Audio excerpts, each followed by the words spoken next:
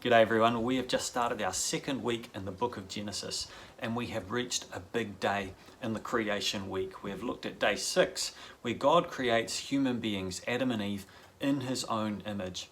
And this is a pretty controversial subject because even if you believe in God, and not everyone does, but even if you do, many Christians disagree on how God might have made human beings and every other living creature. Some of us believe that God made things literally in 6 days, 6 normal 24-hour days. Other people believe that maybe God took billions of years and used a process like evolution, in which case you would have to read Genesis chapter 1 quite differently. You'd have to interpret it as being poetic, and you'd have to say, well, maybe it wasn't even intended for the kind of literal reading that we want to bring to it today. In this video, I want to share with you why I choose to believe in a literal 24-hour normal day creation. And I want to start somewhere a little different. But before I do, I just want to say I completely respect you might have a different point of view about all of this. And I also respect that me saying something about it might not change your mind. But I just want to give you a different perspective to consider and to understand a bit about where we come from as a church. So, here we go. I want you to think about a phenomenon called information, meaningful information, in fact.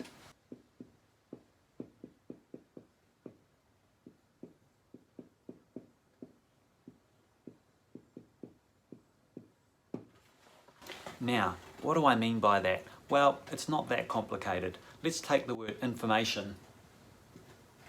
You can see sitting right in the middle there is the word form. And at its very simplest, information is form, is a matter with form in it. Meaning, on the other hand, is a term we know really well. So meaning is created simply when one thing stands for another. So let me give you a little example of meaningful information. I'm going to write another word on the board here.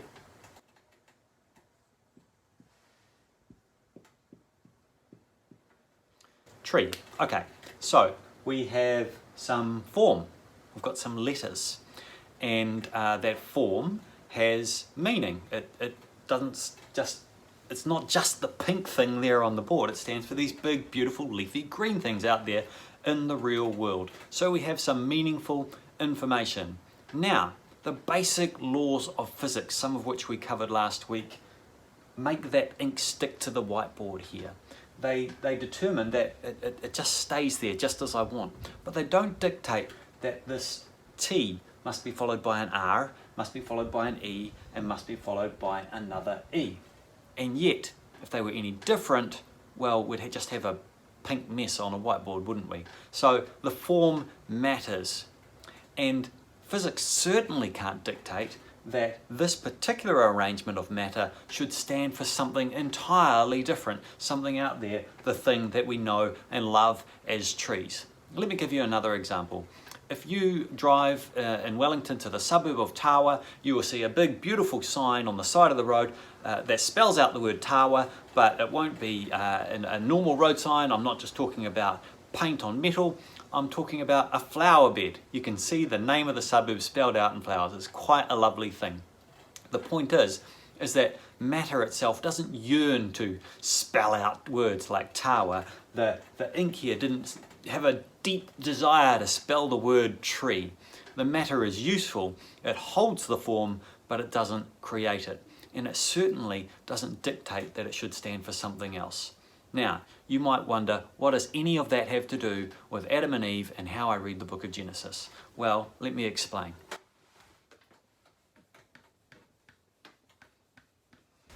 Right at the heart of your being, in your cells, is meaningful information, and it's encoded in your DNA, and that's got a wonderful shape. Looks a bit like this.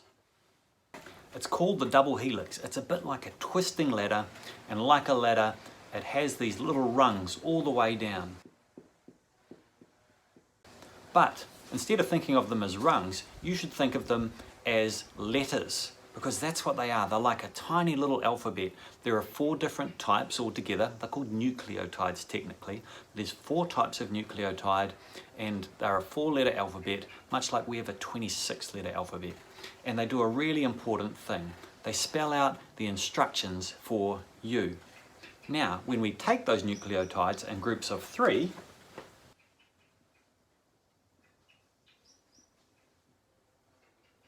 something like that, when your body reads those nucleotides, it knows that they stand for something different. What they stand for is little building blocks.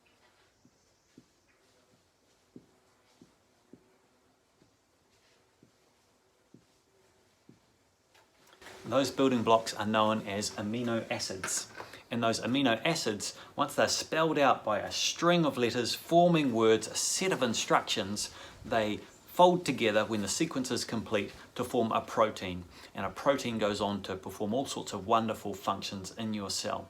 Now what we have here is meaningful information. As I said, there's no law of nature that requires these individual letters to go in a particular order or sequence, even though that sequence is crucial. Chemistry can hold the letters of the DNA to the backbone, but it doesn't say that one must follow another, just like there's no rule that says the T must be followed by an R, must be followed by an E, must be followed by another E. In the same way, there's no rule or law of nature that dictates the relationship between the groups of three, the little words that are formed in your DNA, and the amino acids that they stand for. There's a very sophisticated machinery and process that happens in between to translate the words and the letters into the amino acids. There's no direct connection. Now, evolution cannot explain this. In fact, prominent evolutionary biologists Gerd Müller and Stuart Newman have said evolution has no theory of the generative. And what that means is evolution has no way of making new things. Evolution is fantastic at taking pre-existing creatures and enabling them to vary within bounds, within the pre-existing information that those creatures carry. But it can't explain how you get from one kind of creature to another. And that is where it falls down. It's helpful, but it's very limited. If you like, evolution can edit, but it can't really write. In the book of Genesis, we see Adam and Eve made in an instant, and that's how I think they came to be, fully formed, because to make a creature you need all of the instructions. You can't go from one to another without adding new meaningful information, and that information simply cannot come about by chance, nor is it necessary an intrinsic property of matter. There's nothing that makes it want to work that way. Chemistry can hold a form together, but it can't account for its origin, and it can't make it stand for something completely different. For this reason, I don't think evolution would have been a very helpful way for God to make Adam and Eve either. It doesn't make new things. It varies pre-existing things. In his introduction to his gospel, the Apostle John said, "In the beginning was the Word, and the Word was with God, and the Word was God. He was with God in the beginning, and through him all things were made. Without him nothing was made that has been made." Isn't it a wonderful thought to think that the author of life, the living Word himself, when he made you and me in his likeness, might have made us with tiny little words in our innermost being? I hope you found this a useful reflection on the book of Genesis.